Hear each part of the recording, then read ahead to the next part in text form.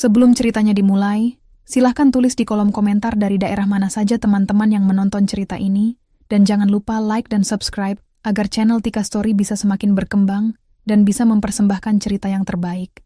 Dalam gemerlap dunia korporat yang penuh ambisi dan topeng kemunafikan, kadang kebenaran justru tersembunyi di balik senyuman paling ramah dan jas paling rapi. Tidak semua yang terlihat rendah dan sederhana berarti tidak berharga. Dan tidak semua yang tampak berkelas dan modern berarti bermoral tinggi. Naura, seorang wanita yang selama ini dianggap kampungan oleh suaminya sendiri, adalah sosok yang menyimpan rahasia terbesar dalam perusahaan tempat sang suami bekerja. Ia tampil sederhana, tanpa perhiasan mencolok atau gaun mahal. Ia tidak pandai menyesuaikan diri dengan tren fashion ibu kota atau gaya berbicara modern. Tapi yang tidak disadari oleh banyak orang, terutama oleh suaminya, adalah bahwa di balik penampilan polosnya, Naura memiliki kekuatan besar, kekuasaan, pengaruh, dan kekayaan. Bertahun-tahun ia mendampingi sang suami, Dimas, dari nol. Dari kos kecil sampai akhirnya tinggal di rumah nyaman di pinggiran kota. Ia tidak pernah menuntut apapun selain kejujuran dan kesetiaan. Namun cinta yang ia berikan dengan tulus justru dibalas dengan penghinaan dan pengkhianatan. Dimas, yang merasa dirinya sudah mapan dan sukses, mulai malu mengakui Naura sebagai istrinya. Di kantor, ia tidak pernah menyebut nama Naura. Kepada rekan-rekannya, ia mengaku masih lajang atau hanya sekadar dekat dengan seorang wanita kota yang cantik dan stylish, yang ternyata adalah selingkuhannya. Naura, yang selama ini diam dan bersabar, akhirnya memutuskan untuk menghadiri acara pesta kantor suaminya. Bukan untuk membuat keributan, melainkan untuk menguji satu hal. Apakah suaminya masih pantas diperjuangkan? Namun apa yang terjadi malam itu mengubah segalanya. Di depan ratusan karyawan dan petinggi perusahaan, Dimas tidak hanya menghina Naura secara terang-terangan, tapi juga mempermalukannya dengan perlakuan keji yang tak akan pernah ia lupakan seumur hidupnya. Yang tidak Dimas tahu adalah bahwa wanita yang diludahi malam itu adalah investor utama perusahaan tempat dia bekerja. Dan malam itu semua topeng akan runtuh. Naura menatap cermin besar di kamarnya. Rambutnya disisir rapi ke belakang, dan ia memakai blus sederhana berwarna biru muda dengan celana panjang kain. Wajahnya polos, hanya sedikit bedak dan lipstik tipis yang dikenakan. Ia bukan tipe wanita yang suka berdandan tebal atau memamerkan penampilan. Tapi hari itu, entah kenapa, ia merasa ingin terlihat sedikit lebih layak. Meski dalam hatinya, ia tahu itu mungkin tak akan pernah cukup di mata suaminya. Di ruang tamu, Dimas sedang bersiap. Pria itu mengenakan setelan jas abu-abu dan dasi biru dongker. Wangi parfum mahalnya menyengat, memenuhi ruangan. Sepintas, ia tampak seperti sosok pria ideal, tampan, mapan, dan karismatik. Namun hanya Naura yang tahu betul betapa dingin dan jauhnya hati pria itu selama beberapa tahun terakhir. "Acara kantor ya?" tanya Naura dengan suara pelan. Dimas bahkan tidak menoleh. Ia hanya menyesap kopi hitamnya sambil menatap layar ponsel. "Iya, undangan resmi. Karyawan inti dan jajaran manajemen saja," jawabnya singkat, nada suaranya seolah menyiratkan. "Dan kamu bukan bagian dari itu." Naura mengangguk, walau hatinya perih. Sudah kesekian kalinya Dimas sengaja menyembunyikan keberadaan dirinya sebagai seorang istri. Di media sosial, status Dimas masih tertulis single. Saat Naura dulu sempat membicarakannya, Dimas berdalih itu untuk kepentingan bisnis. Katanya, investor lebih tertarik pada sosok pria yang bebas dan tidak terikat. Tapi Naura tahu, alasan sesungguhnya adalah karena Dimas malu. Ia malu mengakui bahwa istri sahnya adalah seorang perempuan sederhana dari kampung kecil di Purwokerto. Bukan perempuan ibu kota yang gaul, stylish, dan berpendidikan tinggi. Meski Naura lulusan sarjana ekonomi dan memiliki kepemilikan saham besar di perusahaan Dimas, ia selalu dianggap tidak cocok untuk tampil di depan. Padahal dulu, saat Dimas hanyalah karyawan magang yang terlilit utang kuliah, Nauralah yang membiayainya. Dari warisan almarhum ayahnya, ia membantu Dimas menyelesaikan kuliahnya, bahkan menyewa flat pertama mereka di Jakarta. Saat itu, cinta Dimas terasa hangat dan penuh janji. Tapi semua berubah begitu Dimas naik jabatan dan mulai menikmati dunia gemerlap korporat. "Jangan tunggu aku malam ini. Bisa pulang larut," ujar Dimas sambil merapikan dasinya. Naura menahan napas. Ia ingin bertanya, ingin bicara lebih dalam, tapi ia tahu, semua itu akan percuma. "Baik," katanya akhirnya. Dimas pergi tanpa pelukan, tanpa cium tangan, tanpa sepatah kata manis. Hanya bunyi pintu mobil yang tertutup dengan keras, disusul suara mesin yang menjauh. Naura duduk di kursi rotan dekat jendela. Angin sore menerpa wajahnya lembut, tapi hatinya tetap bergemuruh. Ia mengambil ponsel dan membuka aplikasi email. Di sana, sebuah pesan undangan digital muncul dari Sekretaris Direktur Keuangan, posisi yang baru saja dijabat oleh Dimas 2 bulan lalu. Entah kenapa, sekretaris itu mengirim salinan undangan kepada semua pemilik saham besar perusahaan, termasuk dirinya. Naura menatap undangan itu lama. Acara, Corporate Annual Gala and Appreciation Night. Tempat, Hotel Bintang 5, Ballroom Grand Fortuna. Dress code, formal elegant. Tanggal, Jumat, pukul 19 Gedung WIB. Hari ini. Naura mengusap layar ponselnya, lalu memutuskan. Ia tidak akan duduk diam malam ini. Bukan karena cemburu, bukan karena ingin membuat keributan, tapi karena ia merasa sudah cukup lama membiarkan harga dirinya diinjak-injak. Malam itu, Naura berdiri di depan lemari pakaiannya. Tidak banyak gaun mewah di sana. Namun di sudut lemari, tersimpan satu gaun hitam panjang yang dulu pernah ia beli ketika menghadiri rapat tahunan pemegang saham.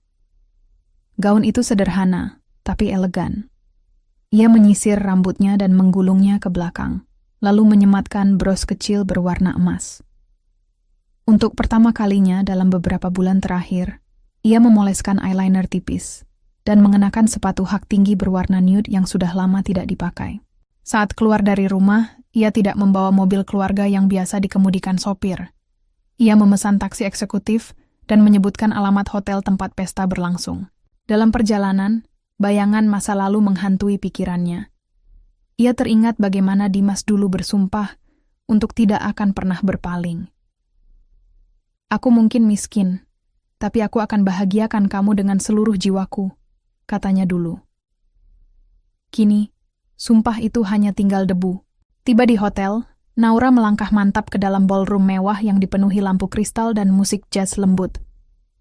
Para tamu mengenakan pakaian berkilauan. Naura merasa sedikit gugup, tapi ia terus berjalan, hingga tiba saat matanya menangkap sosok yang amat ia kenal, Dimas.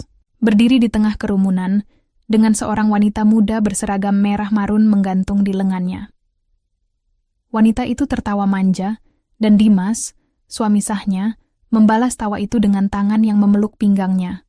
Naura berdiri kaku. Beberapa detik kemudian Dimas melihatnya. Mata mereka bertemu, dan senyum di wajah Dimas lenyap seketika. Dengan langkah tergesa, ia menghampiri Naura. Tapi bukan pelukan atau permintaan maaf yang datang. Justru suara marah dan penuh panik. "Apa yang kamu lakukan di sini? Kamu gila ya?" bisik Dimas tajam, menarik lengan Naura menjauh dari kerumunan. Naura tidak menjawab. Ia hanya menatap mata suaminya. "Kamu nggak tahu malu. Lihat penampilan kamu. Kampungan. Nora, kamu bikin malu aku di depan semua orang," katanya suaranya meninggi. Beberapa tamu mulai melirik. Naura masih diam. Dan dalam ledakan emosi yang mengejutkan, Dimas meludahi wajah Naura. Plak. Cairan itu menetes dari pipinya, menuruni dagu, membuat wajahnya panas oleh rasa malu. Semua terasa hening. Naura menarik napas panjang. Ia tidak menangis, tidak berteriak. Namun malam itu, sebuah tombol dalam dirinya telah tertekan. Sesuatu telah bangkit. Dan ia tidak akan lagi membiarkan dirinya diinjak seperti debu. Setelah peristiwa malam itu, waktu terasa berjalan lebih lambat bagi Naura. Begitu kembali ke rumah, ia tidak menangis. Ia tidak meratap atau mengamuk. Ia hanya duduk diam di sofa, masih dengan gaun hitam elegan yang kini sedikit kusut karena perlakuan kasar suaminya. Di pipinya, bekas air ludah Dimas telah ia bersihkan, tapi rasa hinanya tetap melekat. Bukan hanya karena perlakuan Dimas di depan umum, melainkan karena ia menyadari. Selama ini ia telah membohongi dirinya sendiri bahwa Dimas masih bisa berubah. Naura menghela napas panjang. Di dalam dirinya, Ada dua sisi yang bertarung hebat. Naura si istri yang masih menyimpan sisa cinta, dan Naura si wanita kuat yang selama ini memilih untuk diam demi menjaga harga diri suaminya. Tapi malam itu menjadi titik balik. Ia tidak akan diam lagi. Beberapa hari kemudian, Naura duduk di ruang kerjanya, membuka folder rahasia yang telah lama ia simpan.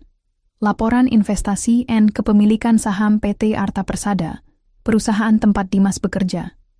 Ia bukan hanya pemegang saham biasa. Ia adalah pemilik 27% saham perusahaan, lebih besar dari CEO sekalipun. Ia membeli saham-saham itu melalui perantara dan nomini untuk menjaga kerahasiaan identitasnya, atas saran dari mentor bisnisnya dulu. Selama ini, ia memilih tidak ikut campur urusan internal perusahaan. Ia percaya pada direksi dan komisaris, termasuk Dimas yang menduduki posisi strategis sebagai direktur keuangan. Tapi sekarang, kepercayaannya telah hancur. Dan saatnya ia bertindak.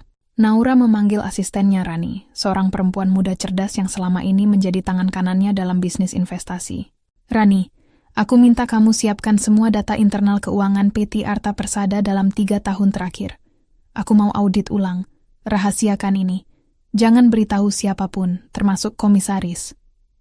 Rani mengangguk cepat. Wajahnya terlihat serius. Ada masalah, Bu? Naura tidak menjawab langsung. Ia hanya menatap jauh keluar jendela. Akan segera kamu tahu. Sementara itu, Dimas menjalani hari-harinya seolah tidak terjadi apa-apa. Ia tidak menghubungi Naura sama sekali setelah kejadian malam pesta. Seolah kejadian itu hanyalah angin lalu.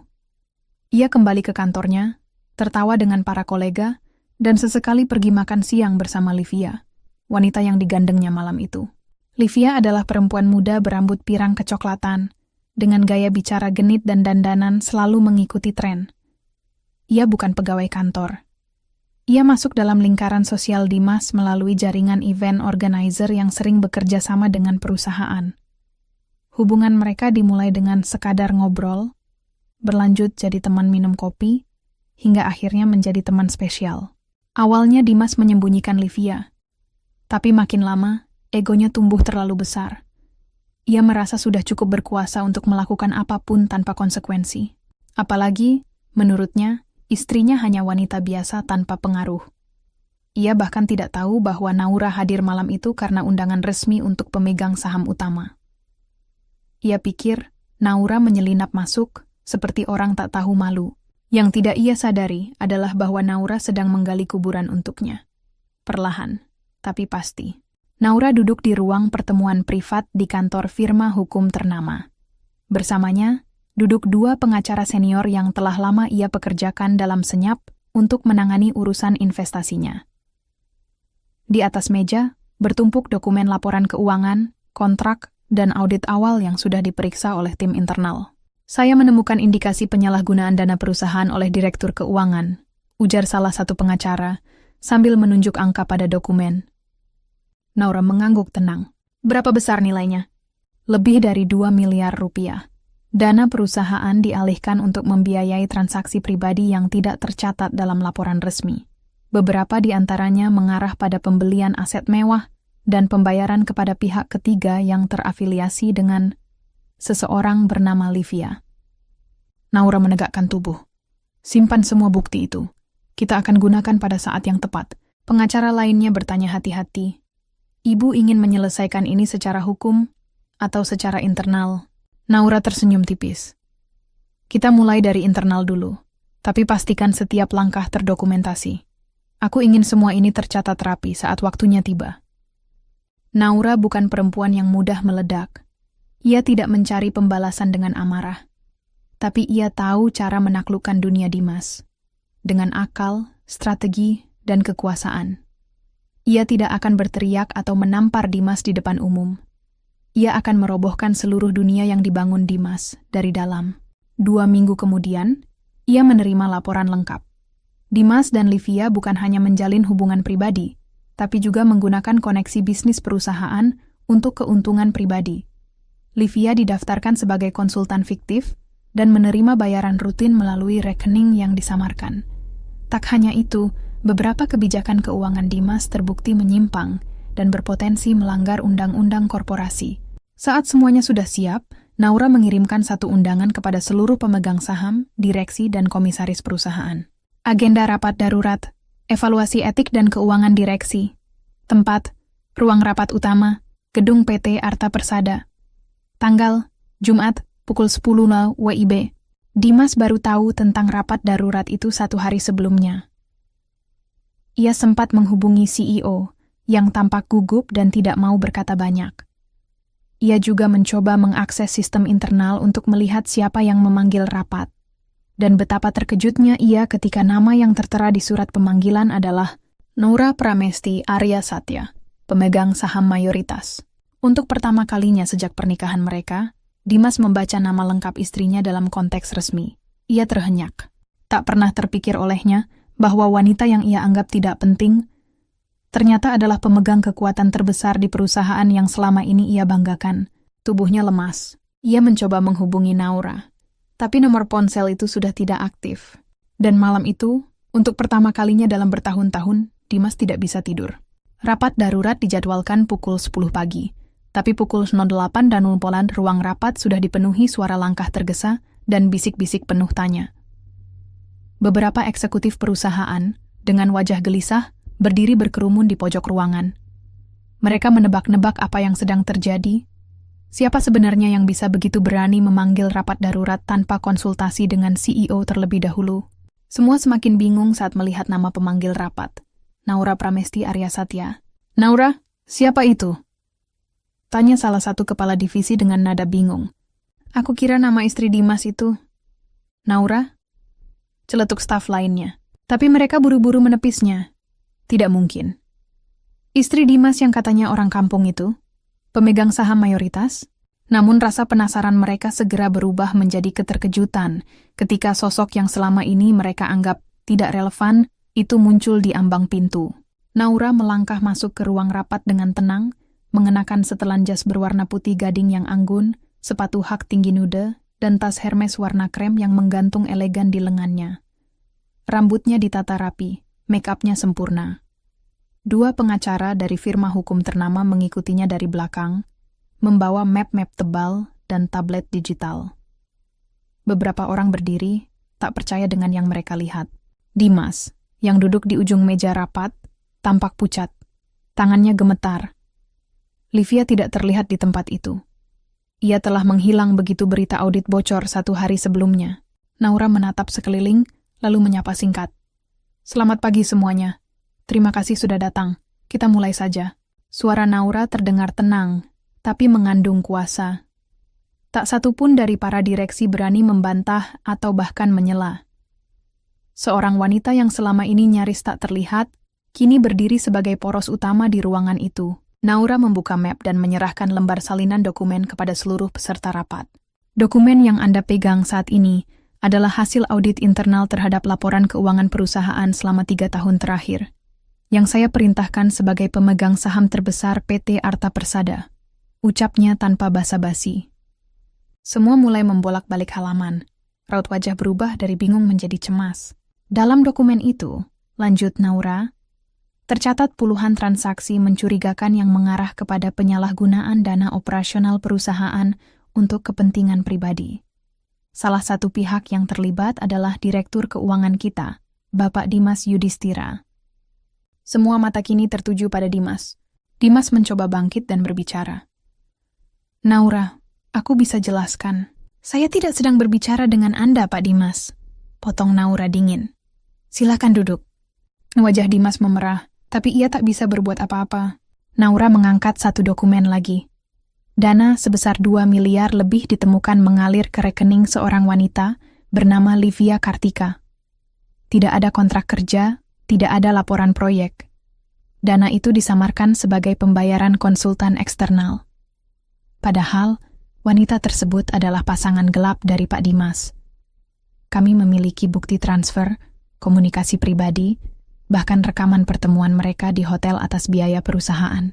Ruangan seketika hening. Tak ada yang berani bicara.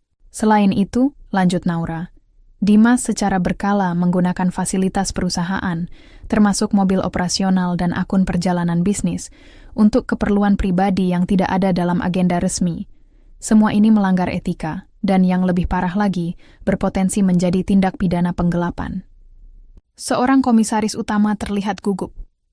Bu Naura, dengan semua bukti ini, langkah apa yang Anda rencanakan? Naura tersenyum tipis. Saya sudah mengatur 2 hal. Pertama, pemecatan langsung terhadap Dimas Yudhistira dari jabatan Direktur Keuangan, efektif per hari ini. Surat resmi dan legalitasnya sudah disiapkan oleh tim hukum saya. Kedua, pelaporan kasus ini kepada pihak berwenang, yang akan mulai penyelidikan dalam waktu 48 jam. Beberapa orang mengangguk pelan, tampak lega dan sekaligus cemas. CEO hanya menunduk tanpa kata. Ia tahu, segala kebusukan yang mereka diamkan selama ini sudah tidak bisa ditutupi lagi. Dimas berdiri mendadak, suaranya keras, tapi tak lagi percaya diri. Kamu nggak bisa ngelakuin ini ke aku, Naura. Aku suami kamu. Kamu nggak tahu apa yang kamu lakukan. Naura menatapnya dengan tenang. Kamu bukan siapa-siapa bagiku lagi, Dimas. Kamu suami yang menghina istrinya sendiri di depan umum. Yang meludahi wanita yang dulu menyelamatkan hidupmu. Kamu bukan hanya mencemarkan namaku sebagai istrimu, tapi juga mempermalukan dirimu sendiri sebagai pria. Dimas terdiam. Dan mengenai perusahaan ini, lanjut Naura, aku tidak akan membiarkan seseorang seperti kamu merusaknya lebih jauh. Kamu pikir aku wanita kampungan? Boleh jadi. Tapi kamu lupa, aku adalah alasan kamu bisa duduk di kursi itu selama ini. Naura menutup map dengan suara tegas. Rapat selesai. Pak Dimas, silakan tinggalkan ruangan, dan jangan pernah kembali. 2 petugas keamanan kantor yang diam-diam disiapkan oleh tim hukum segera datang. Dimas tidak melawan. Ia hanya menatap Naura dengan mata merah dan wajah yang sulit digambarkan. Campuran antara malu, takut, dan penyesalan. Beberapa jam setelah kejadian itu, nama Dimas Yudhistira menjadi trending di media sosial. Bocoran dokumen dan video rapat yang entah dari mana beredar luas. Publik marah, para pemegang saham minor bereaksi keras, dan nama perusahaan sempat turun di indeks bursa selama 2 hari. Livia. Ia tidak pernah muncul lagi. Dari laporan yang diterima Naura, wanita itu melarikan diri ke luar negeri, membawa sisa uang yang diberikan Dimas padanya. Dimas mencoba menghubungi, tapi semua kontaknya diblokir. Ia kini sendiri. Naura duduk di ruang kerjanya, memandangi jendela dengan mata kosong. Bukan karena lelah, tapi karena hatinya penuh. Ia tidak merasa puas, juga tidak bangga. Tapi ia lega. Yang selama ini tersembunyi, akhirnya terang. Yang selama ini diam, akhirnya bersuara. Di meja kerjanya, sebuah berkas sudah siap, surat gugatan cerai. Naura mengambil pulpen dan menandatanganinya dengan tenang. Malam itu ia berdiri di balkon rumahnya, memandangi langit Jakarta yang penuh lampu. Ia tahu badai baru saja selesai. Tapi ia juga tahu, fajar baru sudah menantinya. Malam itu langit Jakarta terlihat gelap dan mendung. Awan menumpuk di atas gedung-gedung tinggi seolah hendak mencurahkan hujan deras. Namun tak juga turun. Di dalam penthouse sederhana namun megah milik Naura, suasana begitu sunyi. Ia baru saja selesai menandatangani surat gugatan cerai yang akan dikirimkan esok pagi. Di hadapannya, segelas teh melati mengepul hangat, tapi belum ia sentuh. Naura menatap pantulan dirinya di kaca jendela besar, mencoba menenangkan gelombang emosi yang berputar di dadanya. Ia telah menahan semuanya terlalu lama. Rasa kecewa, hancur, terluka, dan dilecehkan. Tapi ia juga sadar, malam itulah saat terakhir ia membiarkan perasaan itu menguasai dirinya. Besok, ia bukan lagi istri Dimas Yudhistira. Dan ia tidak akan pernah menjadi bayangan dari siapapun lagi.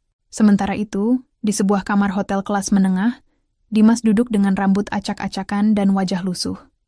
Ia sudah 3 hari tinggal di sana, setelah secara resmi diberhentikan dari perusahaan dan kehilangan semua akses. Kartu perusahaan dinonaktifkan, email dikunci, dan rekening pribadi yang terhubung dengan perusahaan dibekukan. Tak satu pun koleganya yang menghubungi. Semua menjauh, takut terlibat dalam skandal. Ia mencoba menelepon Livia, puluhan kali. Tapi tidak ada jawaban. Terakhir kali ia mengecek, akun media sosial wanita itu sudah tidak aktif. Dan dari pesan singkat yang ia terima dari nomor tak dikenal, Livia menulis satu kalimat dingin. Maaf, aku tidak bisa bersamamu kalau kamu bukan siapa-siapa lagi. Kalimat itu membekas seperti luka bakar di dadanya. Dimas merasa runtuh. Dunia yang dulu ia banggakan, kini tak lebih dari puing-puing. Dan di tengah kejatuhan itu, satu sosok terus menghantui pikirannya, Naura. Beberapa hari kemudian, persidangan cerai dimulai. Naura datang dengan tenang, mengenakan setelan gaun panjang berwarna navy dan kerudung satin krem yang dililit anggun. Ia keluar dari mobil mewah Mercedes Maybach yang dikawal oleh 2 bodyguard berseragam hitam. Kamera wartawan yang sudah menunggu langsung mengarah padanya. Ibu Naura, benar Anda yang menggugat cerai mantan Direktur Keuangan PT Arta Persada? Bagaimana komentar Anda soal skandal yang melibatkan suami Anda? Naura hanya tersenyum sopan tanpa berkata apa-apa. Ia berjalan mantap memasuki gedung pengadilan agama dengan kepala tegak. Bukan sebagai istri yang dikhianati, tapi sebagai perempuan yang sudah memilih untuk berdiri di atas harga dirinya sendiri. Di ruang sidang, Dimas duduk dengan wajah kusut. Jasnya lusuh, sepatu kulitnya terlihat usang. Matanya sembab, menunjukkan kurang tidur dan tekanan berat. Ketika Naura masuk dan duduk di depannya, ia menunduk. Untuk pertama kalinya, ia merasa sangat kecil di hadapan wanita, yang dulu ia anggap tidak selevel. Majelis hakim membuka persidangan dengan nada tegas. Proses pembacaan gugatan berlangsung cepat, karena semua dokumen telah lengkap. Tak ada bantahan dari Dimas. Bahkan saat hakim bertanya apakah ia ingin mempertahankan rumah tangganya, Dimas hanya bisa terdiam. Naura di sisi lain bicara dengan jelas dan tenang. Saya tidak lagi bisa menjalani hubungan ini. Saya tidak percaya pada pasangan saya, dan saya tidak melihat ada niat baik untuk memperbaiki semuanya. Saya memilih untuk menyudahi dengan cara baik. Hakim mengangguk dan memutuskan. Permohonan gugatan cerai dikabulkan. Per hari ini status pernikahan antara penggugat dan tergugat resmi berakhir. Tidak ada tepuk tangan. Tidak ada drama. Hanya ketukan palu. Dan satu ikatan yang dulu suci kini resmi berakhir. Dimas mengejar Naura di luar ruang sidang, mencoba berbicara untuk terakhir kalinya. Naura, tunggu, tolong dengarkan aku, katanya terengah. Naura berhenti sejenak. Ia menatap Dimas tapi tidak dengan benci. Hanya dengan sorot mata seseorang yang telah selesai mencintai. Apa yang mau kamu katakan sekarang? Tanyanya pelan. Aku nyesel. Aku salah. Aku hilang kendali. Aku malu. Tapi aku mohon, beri aku satu kesempatan lagi. Aku udah kehilangan segalanya, dan aku nggak sanggup kalau juga kehilangan kamu. Naura menarik napas panjang. Kamu kehilangan segalanya bukan karena aku, tapi karena kesombonganmu sendiri. Kamu merasa aku nggak cukup layak jadi istrimu, tapi ternyata aku lebih dari yang bisa kamu bayangkan. Dimas tercekat. Naura melanjutkan. Kesempatan itu sudah kamu buang ketika kamu mempermalukan aku di depan umum. Ketika kamu pilih meludahi aku daripada mengakui siapa aku. Dan yang paling menyedihkan, kamu baru menyesal ketika semuanya hilang. Itu bukan cinta, Dimas. Itu ketakutan akan kesepian. Wajah Dimas berubah suram. Naura menatapnya untuk terakhir kali, lalu berbalik dan masuk ke dalam mobil mewahnya. Pintu ditutup perlahan, dan mobil melaju perlahan, meninggalkan Dimas yang berdiri di bawah gerimis tipis, sendiri dan tak berdaya. Hari-hari berikutnya, hidup Dimas semakin terpuruk. Ia mencoba melamar ke berbagai perusahaan, tapi semua menolaknya. Nama dan wajahnya telah terlanjur dikenal publik karena skandal. Tidak ada satupun perusahaan besar yang berani mengambil risiko. Rumah yang dulu mereka tempati bersama dijual oleh pengadilan sebagai bagian dari penyelesaian aset. Uang hasilnya habis untuk membayar pengacara dan utang.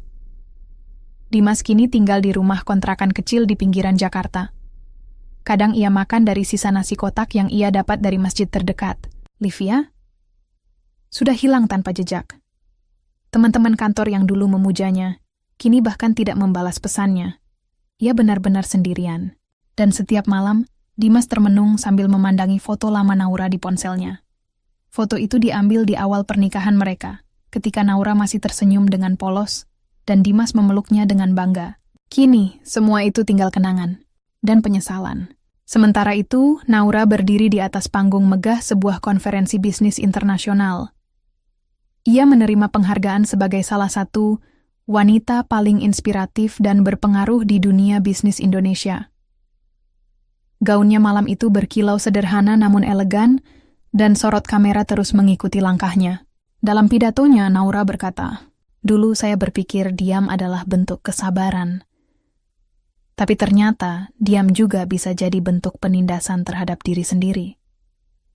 Hari ini saya ingin bicara kepada semua perempuan yang pernah dihina, diremehkan, dilukai. Jangan pernah biarkan orang lain menentukan nilai diri kita. Berdirilah, bangkitlah, dan bersinarlah. Karena kita bisa dan kita layak. Sorak tepuk tangan menggema di seluruh ruangan. Naura menatap ke kejauhan. Di matanya tidak ada lagi bayang-bayang masa lalu. Yang ada hanya masa depan yang kini terbuka luas. Dan ia tahu hidupnya baru saja dimulai kembali. Setelah perceraiannya, nama Naura Pramesti Arya Satya melambung bak meteor. Bukan hanya karena skandal memalukan yang menyeret nama mantan suaminya, tetapi karena sikap dingin, tegas, dan elegan dalam menghadapinya. Media sosial, portal bisnis, hingga forum-forum perempuan membicarakan dirinya. Ia menjadi simbol ketegasan perempuan yang tak mau lagi dikekang di balik peran domestik semata. Namun Naura tidak terlalu peduli dengan sorotan publik. Ia sibuk membangun ulang impiannya. Bukan sekadar untuk menunjukkan bahwa ia mampu, tapi karena inilah hidupnya. Selama bertahun-tahun ia memendam ambisi dan kekuatan di balik bayang-bayang suami yang tak menghargainya. Kini tirai itu telah terbuka. Dunia bisnis tahu siapa Naura sesungguhnya. Ia mengubah strategi investasinya, memegang kendali langsung atas aset-aset besar yang dulu ia percayakan kepada tim. Ia menyuntikkan modal ke perusahaan-perusahaan rintisan teknologi ramah lingkungan, mendirikan yayasan pendidikan untuk perempuan daerah, dan memperluas jaringan properti miliknya di 5 kota besar Indonesia. Dalam waktu 8 bulan, nilai portofolionya melonjak 63%. Namun kekuasaan datang bersama ujian. Tidak semua orang senang melihat perempuan seperti Naura berdiri tegak di tengah dominasi laki-laki yang sudah mengakar dalam dunia bisnis. Ia mulai mendapat surat ancaman anonim, sabotase kecil terhadap salah satu kantor cabangnya, bahkan penyebaran fitnah bahwa ia menggunakan pengaruh gelap untuk menjatuhkan Dimas. Rani, asisten pribadi Naura yang kini sudah menjadi tangan kanannya, pernah berkata, "Bu, harusnya ibu waspada. Setelah semua ini, mereka bisa saja merusak reputasi ibu lewat cara yang lebih licik." Naura hanya tersenyum. Reputasi tidak dibangun dengan menenangkan semua orang, Ran. Tapi dengan menjaga prinsip, bahkan saat seluruh dunia ingin menjatuhkan kita.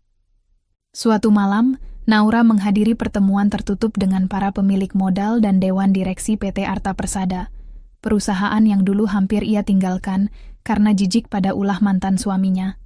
Tapi kini, perusahaan itu seperti anak yang membutuhkan arah baru. Banyak karyawan yang takut kehilangan masa depan, investor yang mulai ragu, dan sistem internal yang hancur akibat korupsi kecil yang saling menutupi. Naura duduk di ujung meja bundar ruang pertemuan, mengenakan blazer biru tua dan celana panjang satin putih.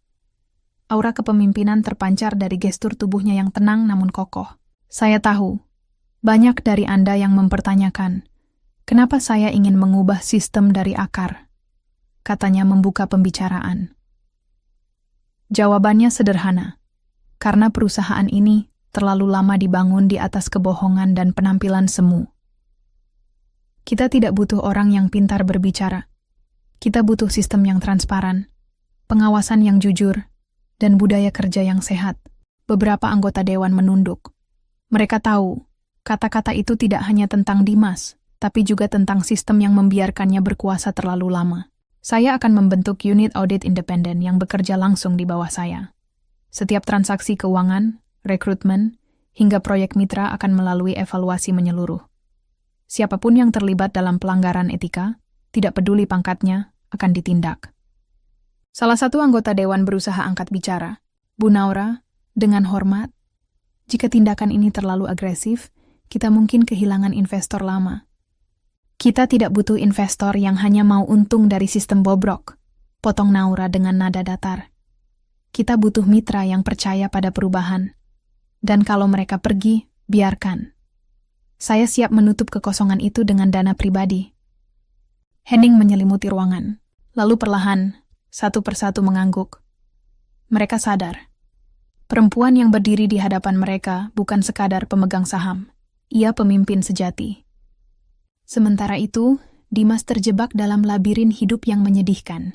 Setelah ditinggalkan Livia dan tidak diterima bekerja dimanapun, ia mencoba menghubungi beberapa teman lama. Salah satunya adalah Reza, mantan teman sekampus dan kini pengusaha logistik. Tapi Reza, meskipun bersikap sopan, tidak memberi jawaban pasti. Gue takut, Dim. Lu sekarang nama lu udah jelek banget di mana-mana. Gue pasang nama lu di laporan project aja bisa bikin klien kabur. Dimas hanya tersenyum pahit. Ia mengangguk dan pura-pura mengerti. Malam harinya, ia menatap pantulan dirinya di kaca kamar kos.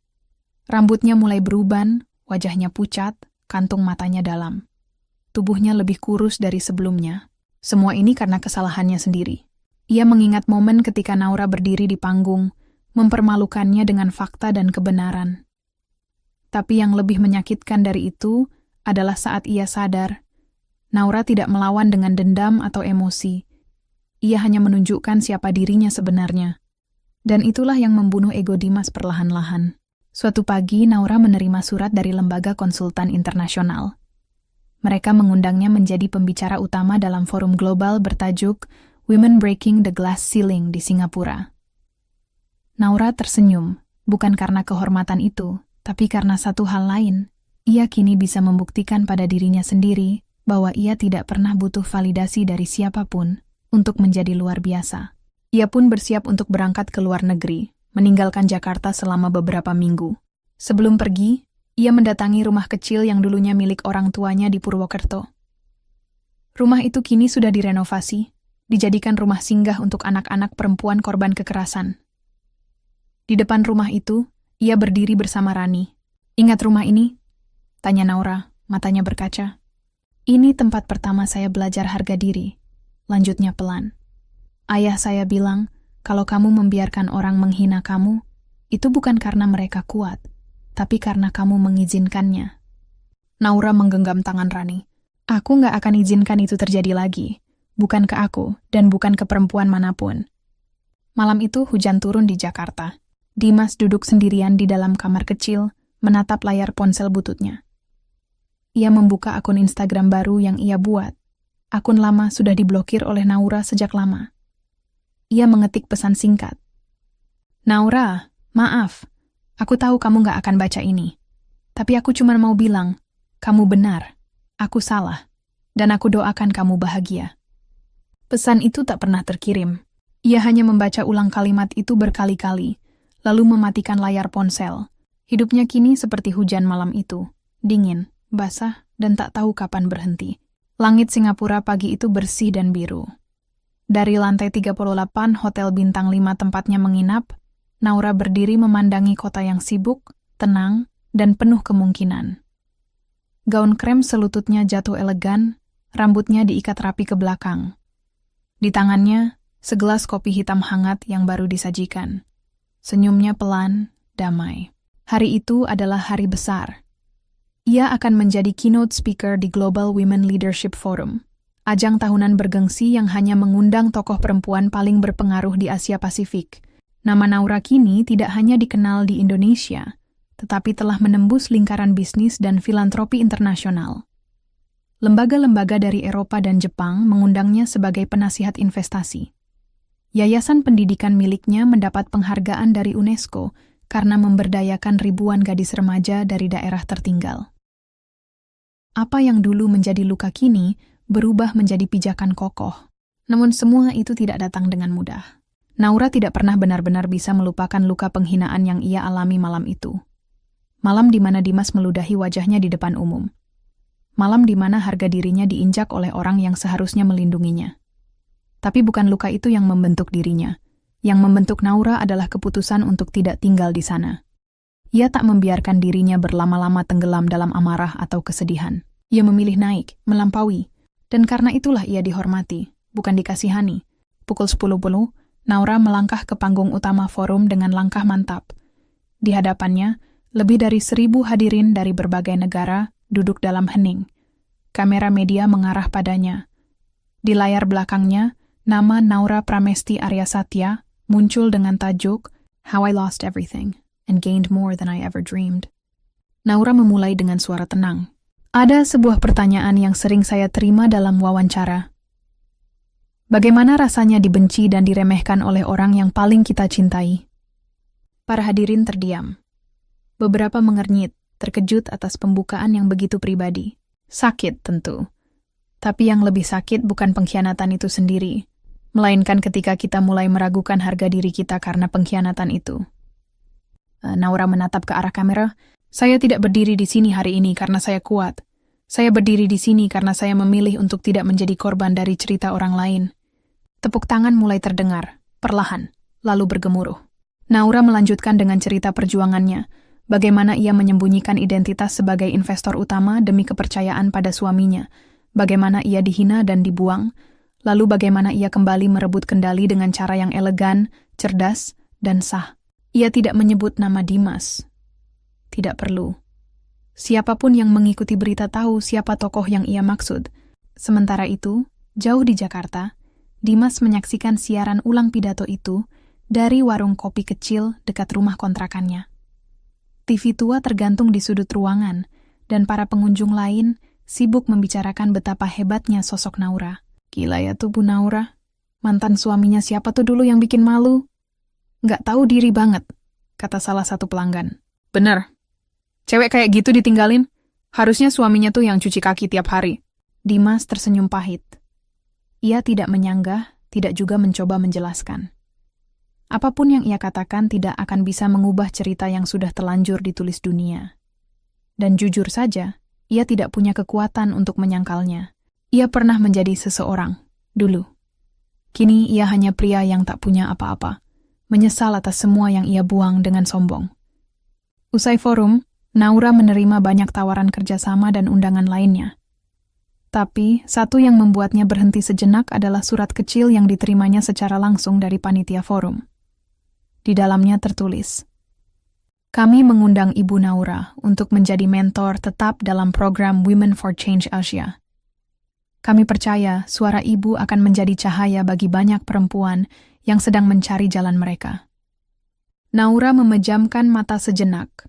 Ia teringat masa-masa awal dulu, ketika ia hanya seorang perempuan biasa dari Purwokerto, berjuang meraih beasiswa, membangun bisnis kecil-kecilan, dan hidup dalam bayang-bayang suami ambisius. Sekarang ia punya suara. Dan suara itu bukan lagi hanya untuk dirinya sendiri.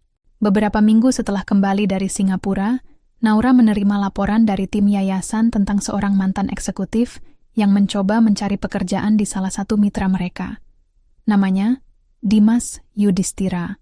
Naura meminta untuk tidak langsung menolak, melainkan mempelajari latar belakangnya dan situasinya saat ini.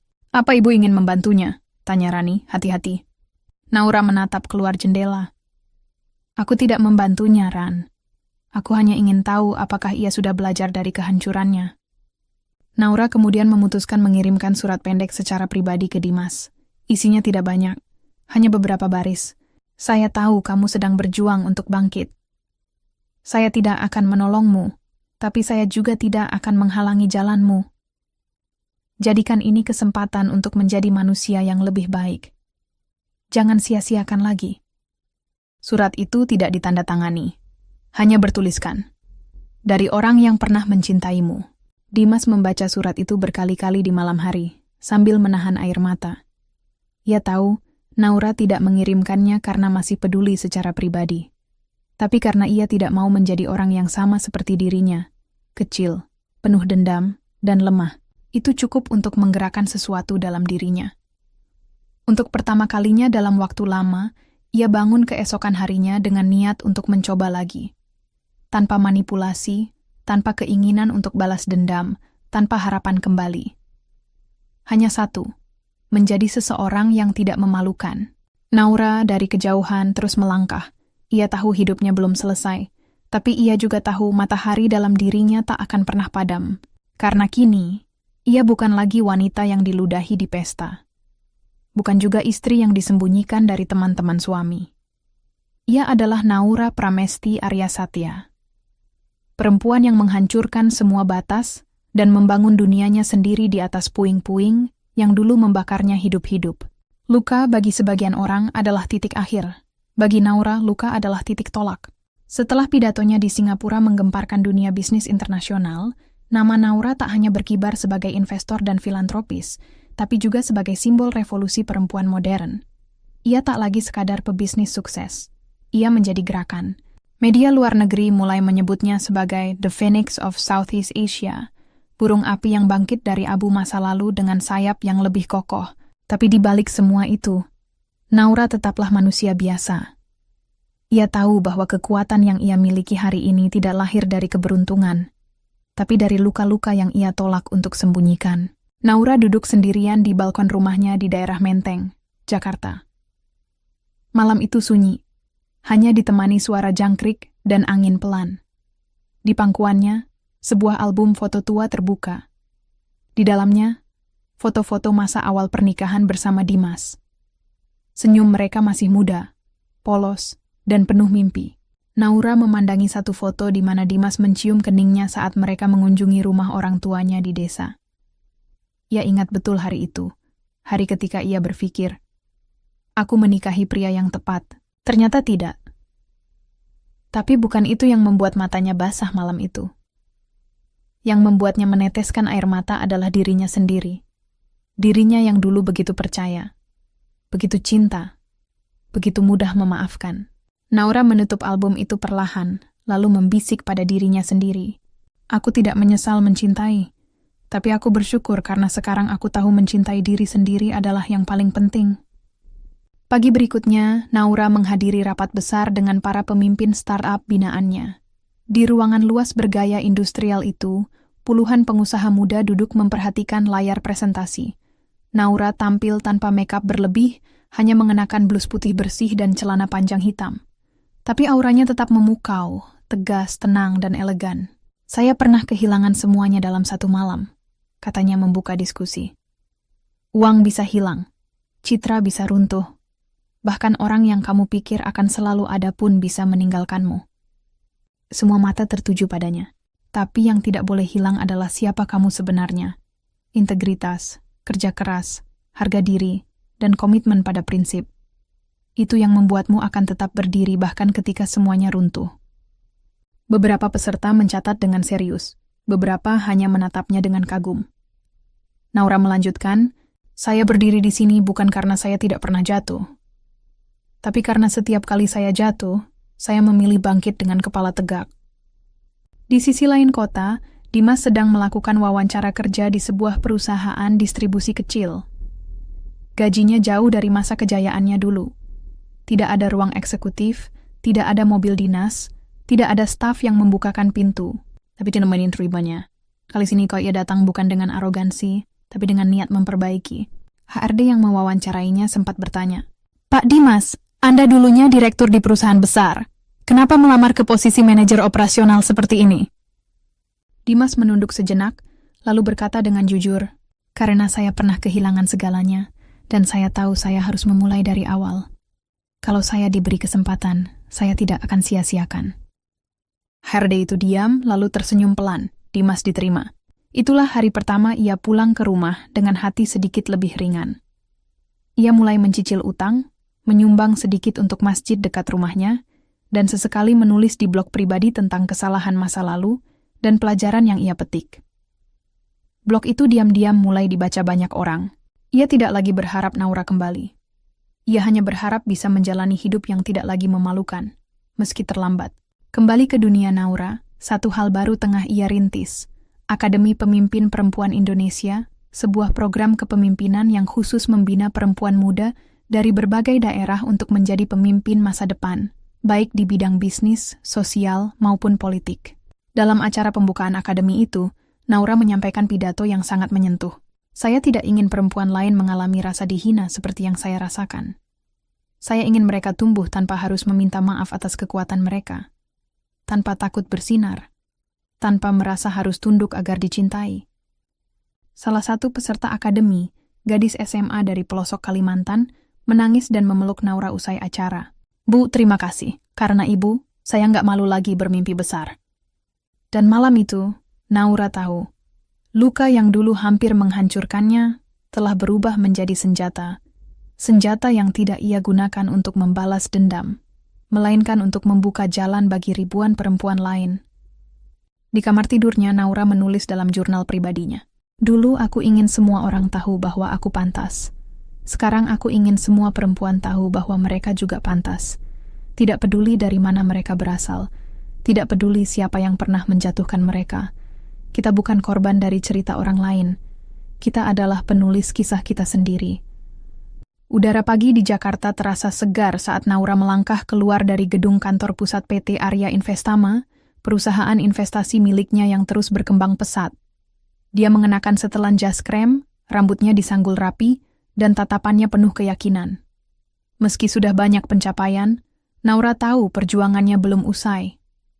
Perjalanan menjadi perempuan yang dihormati bukanlah tentang sekadar meraih kesuksesan, tapi tentang bagaimana bertahan dan bangkit dari segala rintangan.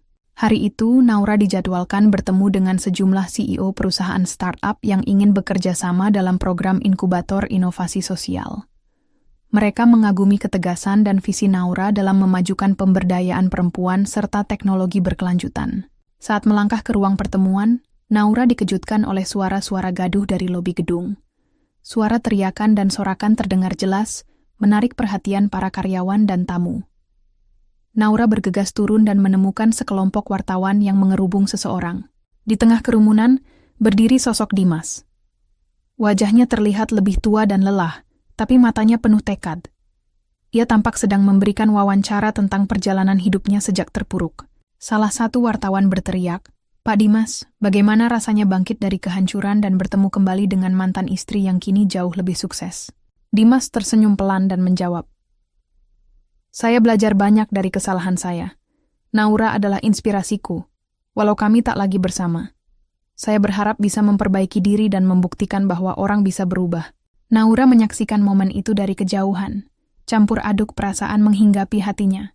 Meski rasa sakit lama masih tersisa, ia menghargai keberanian Dimas untuk mengakui kesalahan dan mencoba bangkit kembali. Sore hari, di ruang rapat, Naura menerima telepon dari Rani. "Bu, ada yang ingin bertemu Ibu. Katanya sangat penting," ujar Rani. Tidak lama kemudian, seorang wanita muda masuk ke ruangannya. Namanya Sari, seorang aktivis perempuan dari daerah terpencil yang mendapat dukungan dari Yayasan Naura. Sari membawa cerita tentang banyak perempuan yang masih terkungkung oleh tradisi dan ketidakadilan, bahkan di era modern.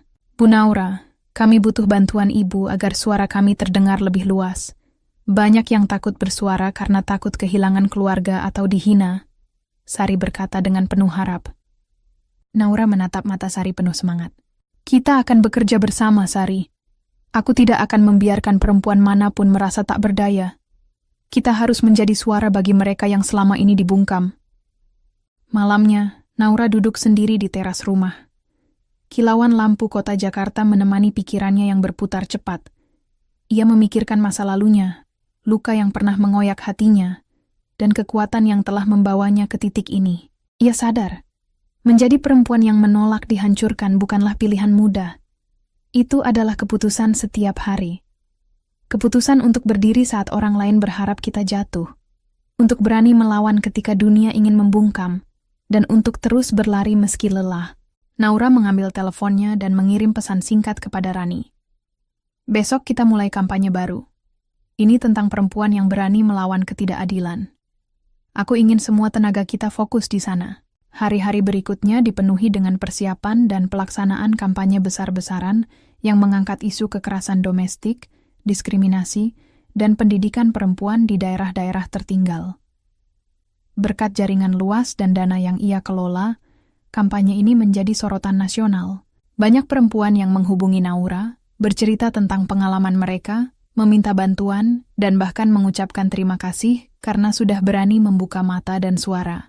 Salah satu surat yang membuat Naura terharu datang dari seorang ibu tunggal di Sulawesi yang berkat program beasiswa dari Yayasan Naura, kini bisa menyekolahkan anaknya ke universitas. "Bu Naura, terima kasih karena Ibu telah menjadi cahaya di kegelapan kami. Semoga Tuhan selalu melindungi dan memberkati Ibu." Dalam kesibukan itu, Naura tak lupa menjaga keseimbangan hidupnya. Ia rajin meditasi, berolahraga, dan menikmati waktu bersama sahabat-sahabat dekat yang selalu memberikan energi positif. Mereka mengingatkannya bahwa kekuatan sejati bukan hanya dari karier atau kekayaan, tapi juga dari hati yang tenang dan jiwa yang damai. Suatu hari, saat menghadiri acara penghargaan untuk perempuan berprestasi, Naura bertemu kembali dengan Dimas. Mereka bertukar senyum dan saling mengangguk hormat. Tidak ada kata-kata panjang, hanya sebuah pengakuan diam-diam bahwa masa lalu tidak lagi mengikat mereka.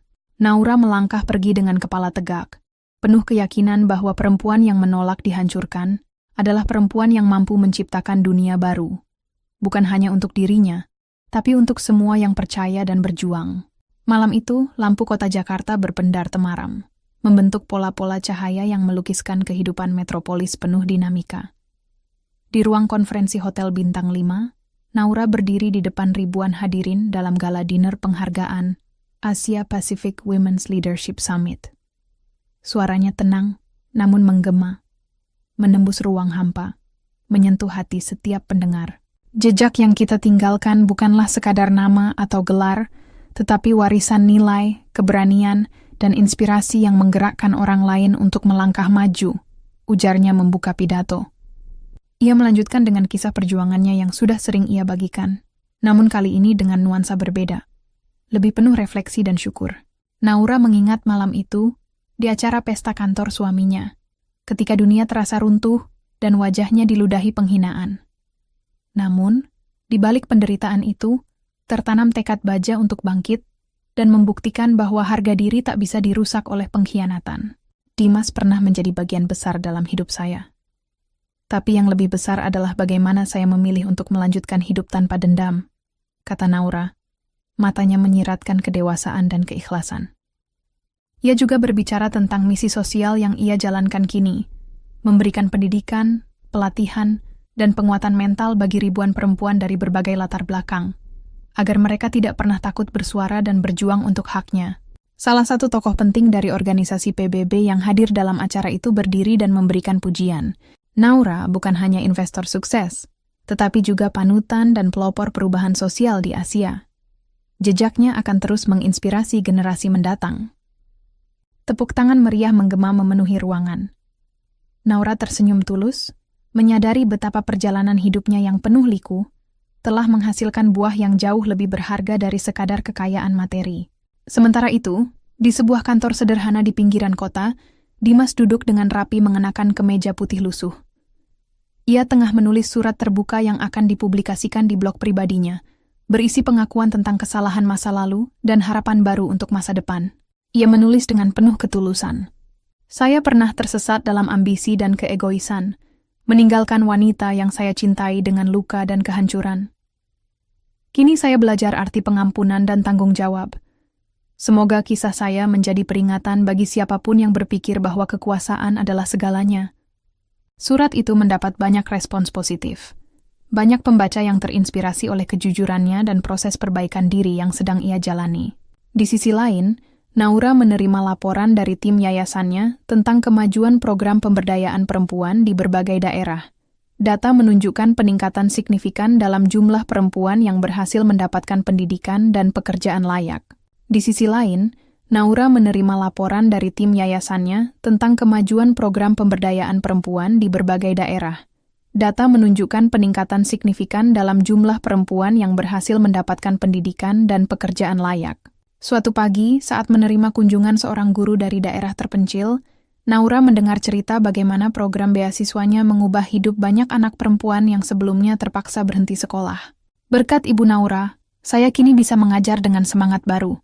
Anak-anak ini punya harapan, kata guru itu penuh haru. Naura mengangguk pelan, hatinya hangat. Namun, tidak semua perjalanan mulus. Ada kalanya Naura menerima ancaman dari pihak-pihak yang merasa terancam dengan pengaruhnya. Tetapi ia tak gentar. Tak ada perjuangan yang tanpa tantangan, katanya kepada Rani, asistennya. Kita harus terus maju untuk perempuan-perempuan yang belum punya suara. Satu malam Naura duduk bersama sahabat dekatnya di rooftop sebuah kafe, menyaksikan bintang-bintang bertaburan. Mereka berbincang tentang masa depan dan mimpi-mimpi besar. Saya bangga padamu, Naura. Kamu telah menunjukkan bahwa perempuan bisa menjadi pemimpin bukan hanya di meja rapat, tapi juga dalam hati orang banyak, kata sahabatnya. Naura tersenyum. Aku hanya ingin memastikan jejak ini tak pernah terhapus, agar perempuan dimanapun tahu mereka berharga. Hari-hari terus berlalu, dan Naura tak pernah berhenti menulis, berbicara, dan bergerak. Jejaknya menjadi inspirasi tak hanya bagi perempuan Indonesia, tapi juga di panggung dunia. Dalam hatinya, Naura tahu, jejak yang tak terhapuskan adalah jejak yang lahir dari keberanian, cinta, dan keikhlasan. Kebahagiaan, menurut Naura, bukanlah hadiah yang jatuh begitu saja dari langit. Ia adalah pilihan, sebuah keputusan sadar untuk menerima hidup apa adanya, dan tetap melangkah maju meski badai menerjang. Setelah segala pergulatan dan keberhasilan, ia kini mulai merasakan kedamaian yang selama ini ia cari. Pagi itu, di kediamannya yang luas namun terasa hangat, Naura bangun dengan senyum di wajahnya. Ia berjalan ke dapur dan membuat secangkir kopi, lalu duduk di teras sambil menikmati udara segar yang masuk dari taman kecil. Sinar matahari menerpa lembut wajahnya. Ia berpikir tentang masa lalu, betapa ia pernah merasa terasing dan dihina. Betapa ia pernah menanggung luka yang dalam, namun ia tetap memilih untuk tidak membiarkan luka itu mendefinisikan dirinya. Sambil menyeruput kopi, Naura mengingat kalimat yang pernah ia baca dalam sebuah buku filosofi. Kebahagiaan bukanlah sesuatu yang kamu temukan, tapi sesuatu yang kamu pilih. Hari-hari Naura kini diisi dengan aktivitas yang memberinya kepuasan batin. Selain memimpin perusahaan, ia juga sering mengadakan pertemuan dengan komunitas perempuan dan lembaga sosial.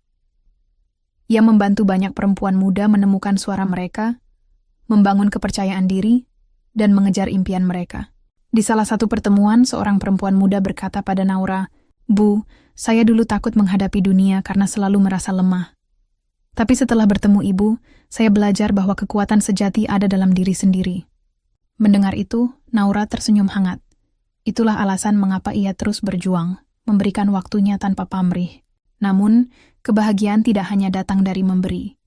Naura mulai membuka diri untuk hal-hal yang dulu ia abaikan.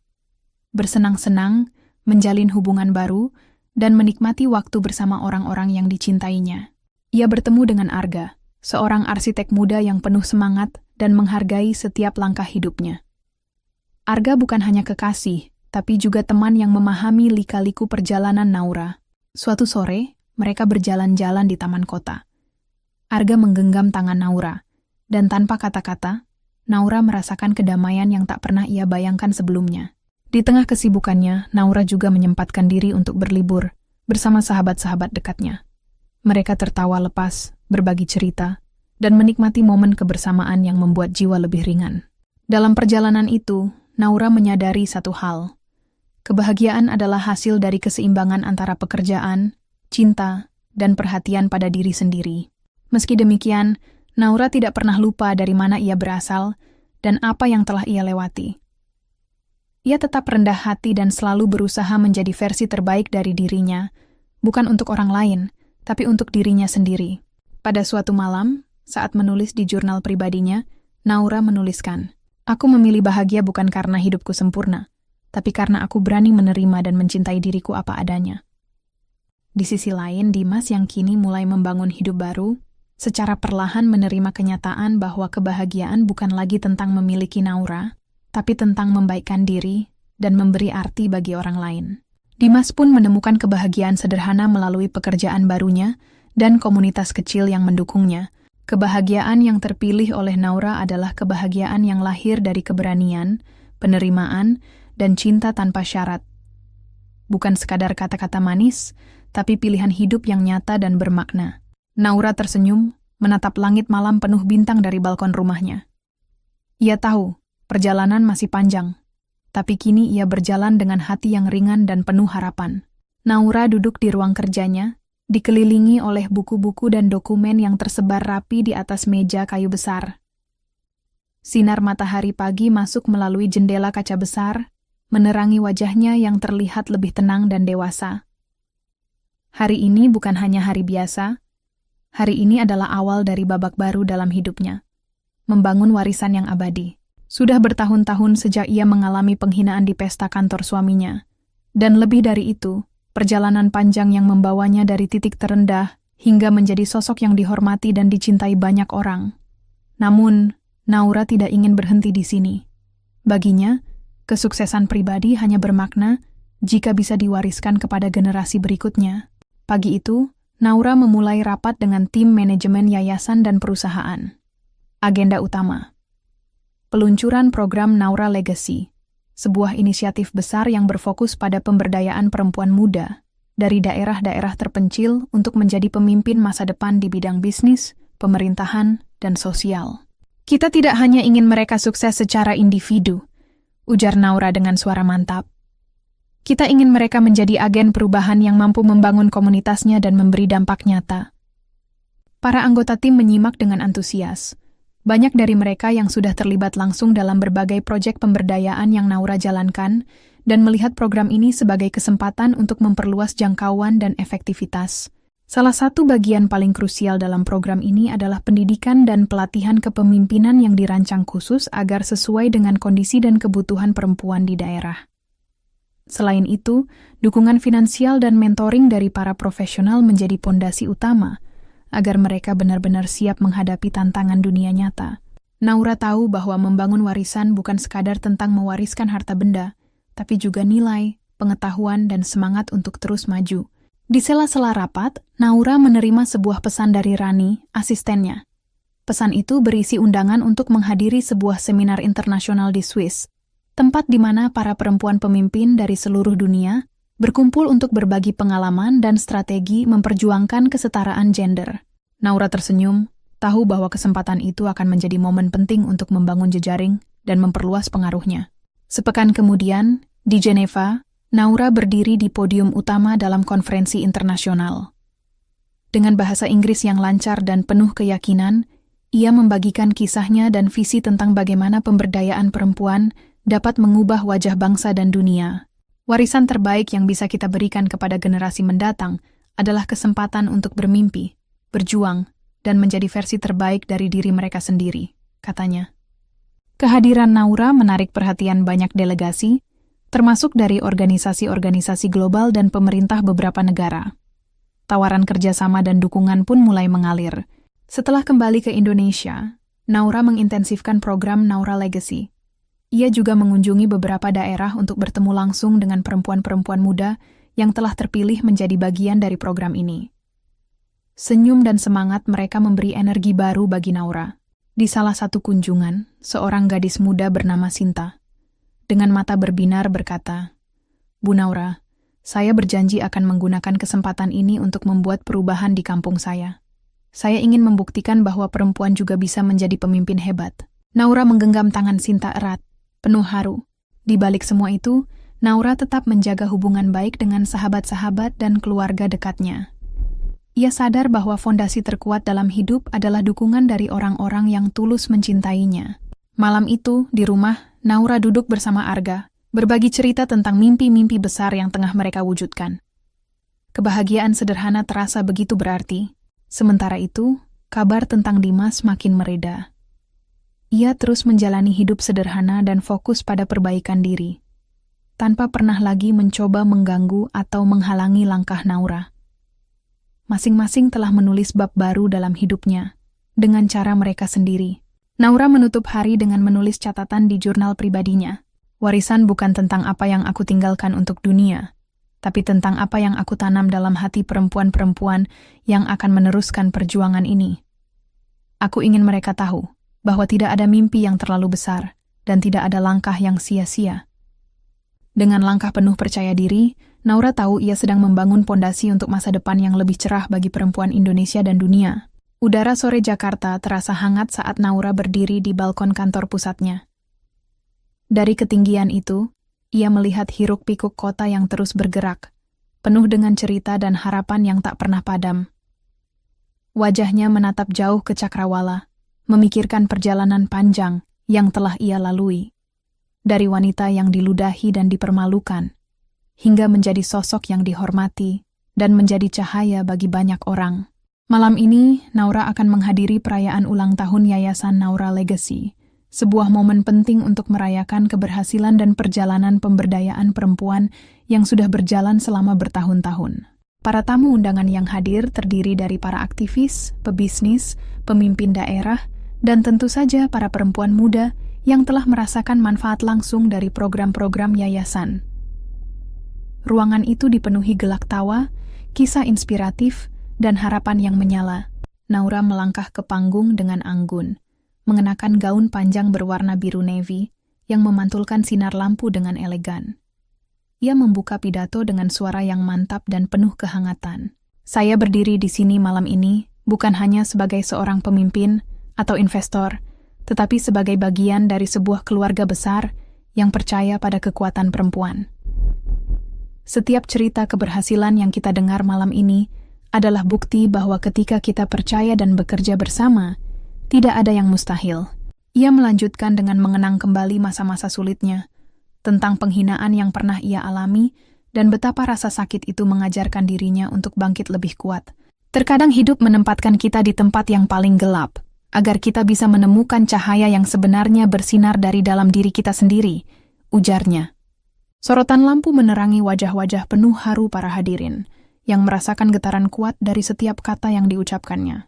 Setelah pidato, acara dilanjutkan dengan pemutaran video dokumenter singkat yang menampilkan kisah nyata perempuan-perempuan yang terbantu oleh program yayasan. Ada yang dulunya putus sekolah, kini menjadi guru, yang semula pengangguran, kini menjadi wirausaha sukses, dan banyak lagi. Salah satu sorotan adalah Sinta, perempuan muda dari daerah terpencil yang dulu bermimpi menjadi pemimpin. Kini, Sinta duduk di bangku parlemen daerah dan aktif mengusulkan kebijakan pro-perempuan. Naura kemudian turun dari panggung dan berkeliling menyapa para tamu, terutama mereka yang selama ini menjadi bagian dari perjalanan yayasan. Ia berbincang hangat dengan para aktivis dan pendukung, menguatkan hubungan dan menumbuhkan semangat kolaborasi. Di tengah keramaian, Arga datang menghampiri. Mereka bertukar pandang dan senyum yang dalam makna. Arga menggenggam tangan Naura erat, memberikan kekuatan tanpa kata. Beberapa jam kemudian, acara usai. Naura duduk di ruang pribadi, memandang bintang-bintang yang terlihat dari jendela besar. Ia mengingat semua momen, sakit, perjuangan, kemenangan, dan kebahagiaan. Ia tahu perjalanan ini belum selesai. Masih banyak perempuan yang membutuhkan perhatian dan dukungan, masih banyak mimpi yang harus diwujudkan. Namun yang pasti, cahaya yang ia nyalakan kini telah menjadi api yang terus menyala, menerangi jalan bagi banyak orang. Di luar, di jalanan Jakarta, sebuah grup perempuan muda yang baru saja mengikuti pelatihan yayasan sedang berkumpul, berbagi cerita dan rencana masa depan. Mereka merasa kuat, percaya diri, dan siap membawa perubahan. Itulah warisan Naura, sebuah cahaya yang terus bersinar, melintasi waktu dan ruang, menyentuh hati dan menggerakkan langkah. Naura menutup jurnal hariannya dengan kata-kata, "Aku percaya cahaya ini tidak akan pernah padam. Selama ada satu perempuan yang berani bermimpi, ada harapan. Dan selama ada harapan, dunia akan terus berubah menjadi tempat yang lebih baik." Dengan senyum penuh syukur, Naura menatap langit malam, merasakan damai yang dalam. Ia tahu, hidupnya bukan sekadar cerita tentang kemenangan pribadi, tapi tentang sebuah perjalanan yang menginspirasi banyak jiwa untuk bangkit dan bersinar. Cerita ini mengajarkan kita bahwa kekuatan sejati seseorang bukan diukur dari kemewahan atau status, melainkan dari keberanian untuk bangkit setelah terjatuh, keteguhan hati menghadapi penghinaan, dan ketulusan dalam memperjuangkan kebaikan bagi diri sendiri maupun orang lain. Bahwa memilih kebahagiaan adalah keputusan yang sadar, dan bahwa memberi inspirasi serta memberdayakan sesama adalah warisan paling berharga yang bisa kita tinggalkan bagi dunia. Terima kasih telah menonton hingga akhir. Jika kisah ini menyentuh hatimu, jangan lupa like, tuliskan pendapatmu di kolom komentar dan subscribe agar kamu tidak ketinggalan cerita inspiratif lainnya.